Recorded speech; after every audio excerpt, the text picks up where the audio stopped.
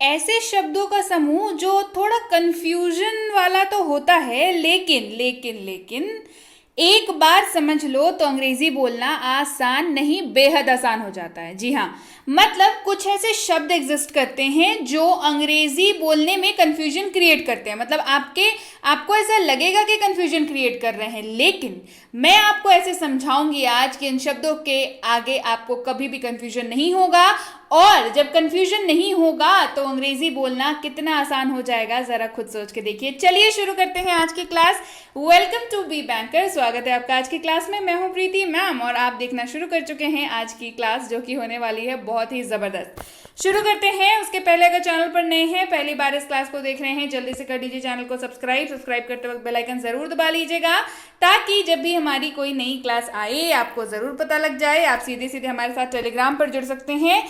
Telegram पर जुड़ने के लिए इस लिंक को फॉलो कर सकते हैं, इस नंबर के जरिए जुड़ सकते हैं हमारी ई बुक्स, हमारी फ्री कोर्सेज, हमारी पेड कोर्सेज के बारे में जानकारी प्राप्त करने के लिए। चलिए शुरू करते हैं, देखते हैं कौन से हैं वो शब्द। सबसे पहला शब्द है टी से, और वो है देयर। THERE, देयर, जिसका अर्थ होता है वहां। क्या अर्थ होता है? वहां। और साफ सी बात है, ये जगह के बारे में, लोकेशन के बारे में बात कर रहा है ना, देयर। कैसे बात कर रहा है, कैसे ये कह दिया मैंने, चलिए जानते हैं कैसे कह दिया। वहां देखो, इसका अनुवाद होगा लुक देयर। वहां देखो, लुक देयर। तो अब कहीं आप इशारे से बताओगे ना, वहां देखो, लुक देयर, तो किसी लोकेशन की बात कर रहे हैं, किसी जगह की बात कर रहे हैं, राइट। तो इसीलिए मैंने कहा THERE, देयर, जिसका अर्थ होता है वहां, और ये मोस्टली लोकेशन की बात करता है, जगह की बात करता है। क्या यह वहां है? Is it there?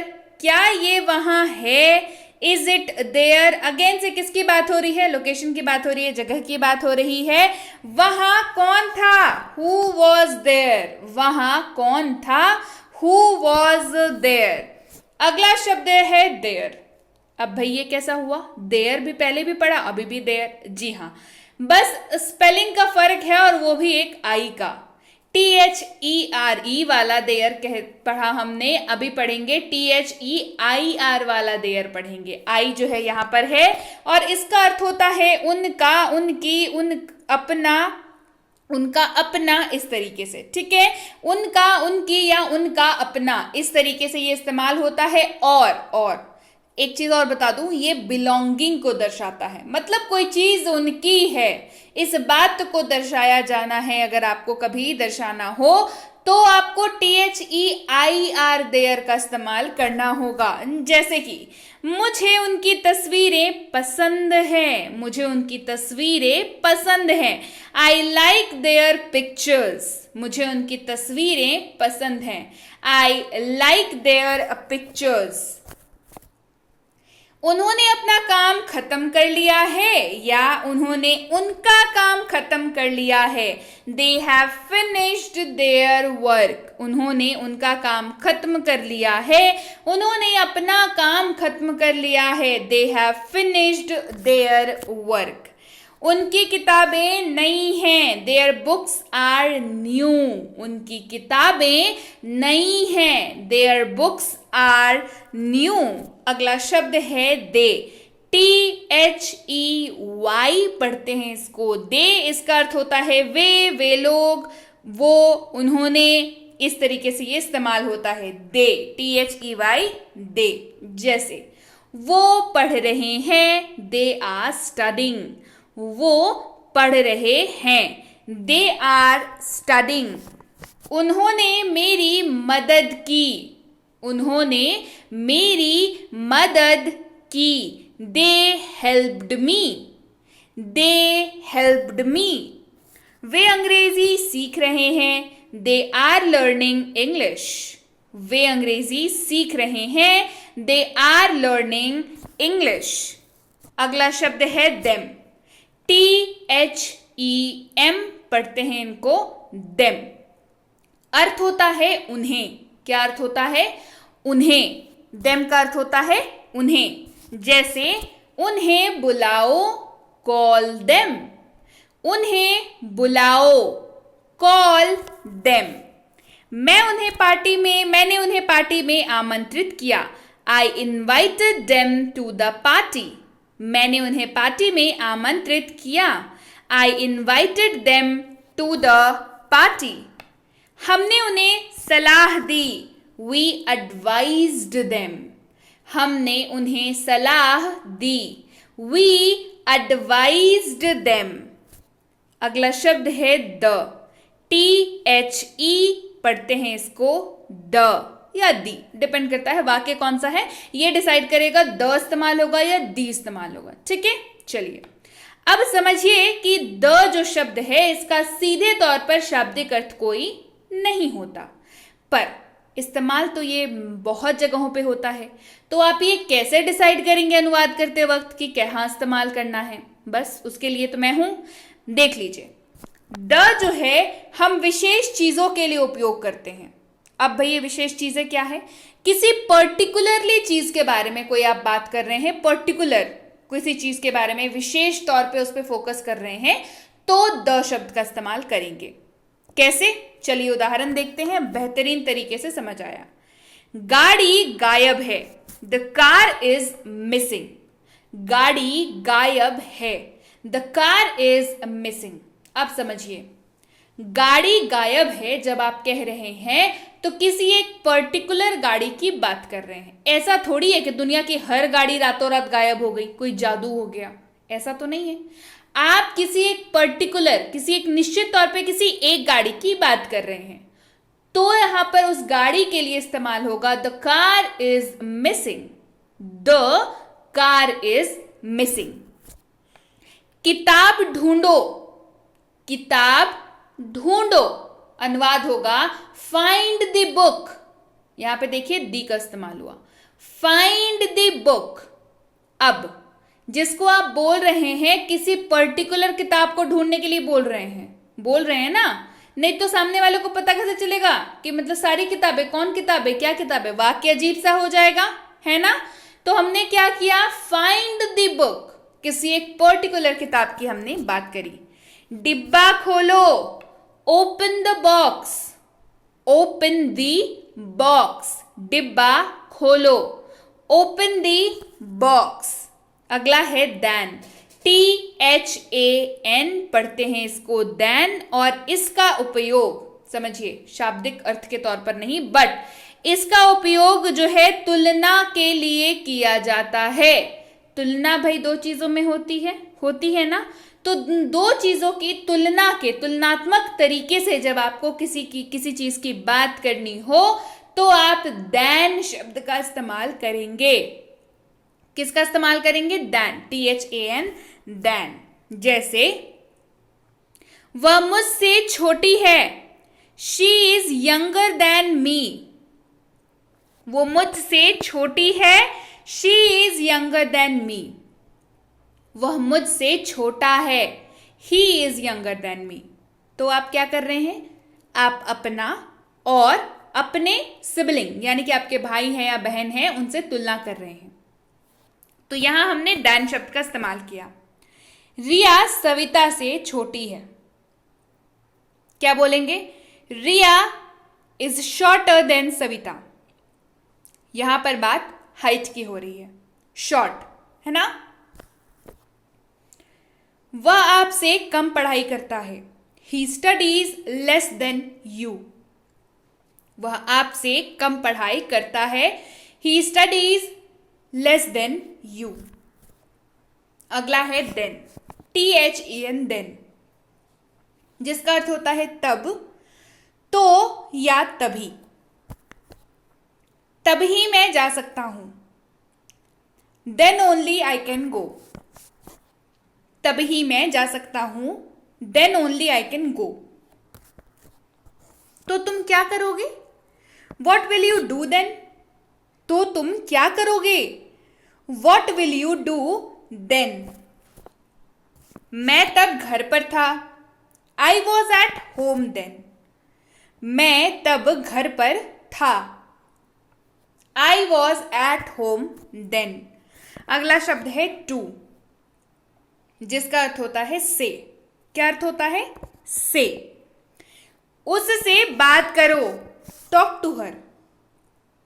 उससे बात करो, टॉक टू हर। मुझसे झूठ मत बोलो, डोंट लाई टू मी। मुझसे झूठ मत बोलो, डोंट लाई टू मी। इसे सुनो, लिसन टू दिस। इसे सुनो, लिसन टू दिस। अगला शब्द है TOO, जिसका अर्थ होता है भी या बहुत। जब आपको ज्यादा क्वांटिटी की बात करनी हो। बहुत देर हो चुकी है, इट इज टू लेट। बहुत देर हो चुकी है, इट इज टू लेट। वह बहुत व्यस्त है, शी इज टू बिजी। वह बहुत व्यस्त है, शी इज टू बिजी। मैंने भी देखा, आई सॉ इट टू। मैंने भी देखा, आई सॉ इट टू। अगला शब्द है दिस, THIS, दिस। इसका अर्थ होता है यह या ये। ये सिंगुलर के तौर पर इस्तेमाल होता है, इस बात का ध्यान रखेंगे। जैसे ये मेरी किताब है, दिस इज माई बुक। यह मेरी किताब है, दिस इज माई बुक। क्या यह आपका घर है? Is this your house? क्या यह आपका घर है? Is this your house? मुझे ये पसंद नहीं है, आई डोंट लाइक दिस। मुझे यह पसंद नहीं है, आई डोंट लाइक दिस। अगला शब्द है दीज, THESE, दीज, जिसका अर्थ होता है ये सब, और ये प्लूरल के तौर पर इस्तेमाल होगा। ये सब मेरी किताबें हैं, दीज आर माई बुक्स। ये सब मेरी किताबें हैं, दीज आर माई बुक्स। क्या आपने इन फॉर्म की जांच की? Did you check these forms? क्या आपने इन फॉर्म्स की जांच की? Did you check these forms? ये चीजें मेरी नहीं हैं, दीज थिंग्स आर्ट माइन। ये चीजें मेरी नहीं हैं, these things art mine. That अगला शब्द है, वो या वह, इस तरीके से इस्तेमाल होगा, और ये भी सिंगुलर के लिए ही इस्तेमाल होता है, इस बात का ध्यान रखेंगे। वह मेरी है, दैट इज माइन। वह मेरी है, दैट इज माइन। क्या वो सच है? Is that true? क्या वो सच है? Is that true? वह मेरी किताब है, दैट इज माई बुक। वह मेरी किताब है, दैट इज माई बुक। अगला है दोज, THOSE, दोज, जिसका अर्थ होता है वे सब, वो सब या उन। इस्तेमाल जो है प्लूरल के तौर पर होगा। कैसे होगा? प्लूरल के तौर पर होगा। चलिए इस्तेमाल भी देखें। वो सब मेरी किताबें हैं, दोज आर माई बुक्स। वो सब मेरी किताबें हैं, दोज आर माई बुक्स। क्या वह उन कपड़ों में क्यूट लगती है? She looks cute in those clothes. वो इन कपड़ों में क्यूट लगती है, she look cute in those clothes. वो सब किताबें तुम्हारी है, दोज बुक्स आर योर्स। वो सब किताबें तुम्हारी हैं, those books are yours. So yes guys, ये थे वो कंफ्यूजन वाले शब्द जो एक बारी अगर आपको याद हो जाएं तो बस आसान हो जाएगा आपका अंग्रेजी बोलना। उम्मीद है क्लास आपको समझ आई, उम्मीद है क्लास आपको पसंद आई, और ये भी उम्मीद है कि इन शब्दों का इस्तेमाल करने से अब आप कतराएंगे नहीं। तो क्लास जब पसंद आई है कमेंट करके मुझे बताइए क्लास कैसे लगी, बढ़िया लगी, पसंद लगी तो क्लास को करिए लाइक, करिए शेयर। चैनल को नहीं किया है सब्सक्राइब तो जल्दी से करिए। और अगर आप चाहते हैं कि आप घर बैठे अंग्रेजी सीखें तो आप डेफिनेटली चैनल को सब्सक्राइब कर लीजिएगा, और साथ ही बेसिक प्लस स्पोकन इंग्लिश की कोर्स जो है वो मंगवा लीजिए अपने लिए। साथ ही इसकी बुक भी अवेलेबल है, इसको भी मंगवा लीजिए। बेहतरीन कोर्स है, 15 दिनों में घर बैठे अंग्रेजी सीख सकते हैं, और क्या चाहिए, है ना। बेहतरीन कोर्स है, मंगवा लीजिए। मिनी स्पोकन इंग्लिश कोर्स, इसकी बुक के लिए भी आपको टेलीग्राम पर आना होगा। टेलीग्राम पर आएंगे कैसे, सर्च करेंगे बी बैंकर और वहां पर मिलेंगे हम लोग बी बैंकर एजुकेशन सोल्यूशन के नाम से। वहां पर आपको उस चैनल को ज्वाइन कर लेना है, ठीक है। लोगों ने मेरे नाम के चैनल बना रखे हैं तो वहां पर ध्यान नहीं देना है। आपको ऑफिशियल चैनल पर जुड़ना है, जिम्मेदार छात्र बनना है, और ऑफिशियल चैनल पर जुड़ने के लिए बी बैंकर एजुकेशन सोल्यूशन के पेज को ज्वाइन कर लेना है। इस लिंक के जरिए आएंगे तो ज्वाइन कर सकते हैं, इस नंबर के जरिए आएंगे तो भी ज्वाइन कर सकते हैं। इन तीनों किताबों की अपडेट्स के लिए, साथ ही हमारी किसी भी पेड कोर्स को ज्वाइन करने के लिए, जैसे कि है प्रीमियम स्पोकन इंग्लिश का कोर्स, बेसिक इंग्लिश ग्रामर का कोर्स, बेसिक इंग्लिश रीडिंग का कोर्स, ये तीनों ही हमारी प्रीमियम कोर्सेज हैं, पेड कोर्सेज हैं, जहां पर आपको प्रॉपर गाइडेंस के तहत क्लासेस कराई जाती हैं, आपको होमवर्क दिए जाते हैं, आपको डाउट क्लासेस अगर जरूरत हो तो वो दिया जाता है।